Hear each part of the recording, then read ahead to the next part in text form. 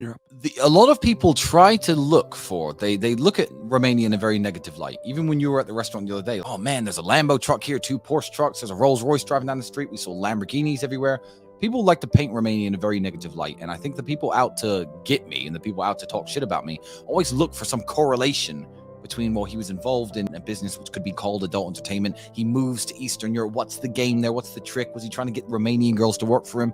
The ironic thing is, I never had a Romanian girl work for me until maybe my last 1 or 2 years. All of my models were British anyway. They were British or Western European. The transition had nothing to do with work. I just made some very good friends through kickboxing, through commentating on the RXF fight show, which is a big MMA fight show here in Romania. I'm now a part owner of it. I made some very good friends. I loved coming out here all the time. I come out here and commentate on all the shows. Herb Dean, the UFC referee, be the ref.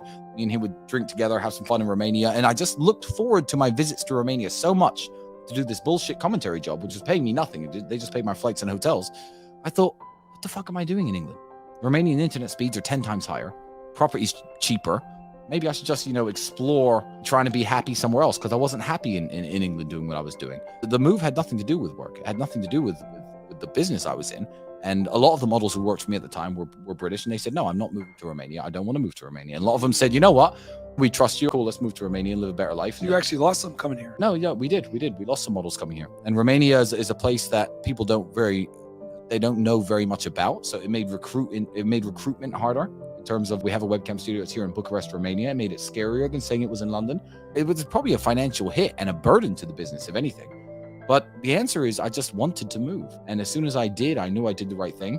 And I live very, very well here, and I'm very happy here. Well, to be fair, bro, anything's better than London. But you guys just got back from your first time in London. How did you find London? I'd like to know, as a proud British man myself. There's a video on Patreon if you want to see what happened to us. But I'll say this: London itself, like downtown London, where like the Central Park is, wasn't that bad.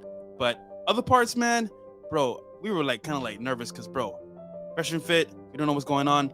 But the food was good, pretty reasonable. People look depressed though. The weather's kind of weird. It's like people are depressed all the way through. Yeah. They're like NPCs, bro. Yeah. Walking on the street, go to work, smug face, no hi, no bye. It's just very like they're like robots, honestly. Yeah, and the thing is with London is there's nothing about London that you can't do better somewhere else. Besides, I will give it to London, shopping. London is very, very good for shopping, and that's where I get all my suits made. So they're very good for tailoring. But besides that, there's nothing you could do in London that you could do somewhere else. In a sunnier, warmer, nicer environment with more beautiful women around. How did you find the British girls? Bro, we walked for hours. Big Ben. Oh, where else did we go? The park. Yeah. And bro, I must say this. Shout out to the man them. There's no paintings in London, bro. Maybe I didn't see them. Maybe I went to the wrong places. Maybe they're in school, whatever. Bro, I didn't see shit. I saw old ladies and people that looked like busted Pillsbury. I will say, as a man with more London experience than you, that the London girls do exist, and there are some very beautiful British women, and there are some very beautiful women in London, but they're all behind weird members only clubs and bars that you're not going to get into, and they don't like going out in public. And with the problems that have gone on in London and the crime skyrocketing and the type of violent people, I don't want to get too political, that are all around London at the moment. I know hot girls who live in London where if they're going to the corner store and they're going to the shop or they're going to the gas station, they don't want to put on a dress and high heels and get dolled up like they do in Romania. They don't want to walk the streets looking like that. So they'll put on a hooded top, no makeup. They don't want to be bothered, because the type of people who are going to approach them are now dangerous. It's become a dangerous city. So you won't see baddies because she's walking past you looking chubby because she's wearing a fucking hooded top and some sweatpants and some sneakers. She isn't looking her best because she doesn't want to be walking the streets looking like that. So London, it's it's fallen, and with the death of the Queen, the last great thing about British civilization is now over. So I'm Romanian now. So Fresh, can you hear some of those chats? Yeah, I got you. Okay. And while he pulls that up, Tristan, I was going to ask, so when you moved from London to Romania, how many girls did you have, and then how many did you lose, if you remember? Not many. No, I didn't have many at the time. My business really grew and took off after that. It was quite the early days. I had maybe 22 models, and 15 moved, maybe. It was about 15, because I remember I owned 3 apartments here at the time. They had 2 or 3 bedrooms each, and it was enough to work 24 hours a day. So I had 15 girls I bought. 15 girls. And what year was this approximately? Oh, Jesus. 2000. So I must have been about 26 and a half at the time. So you could do the math. I'm 34 now. So. Yeah. Quite a while. And then you made your first million when you were how old? 28.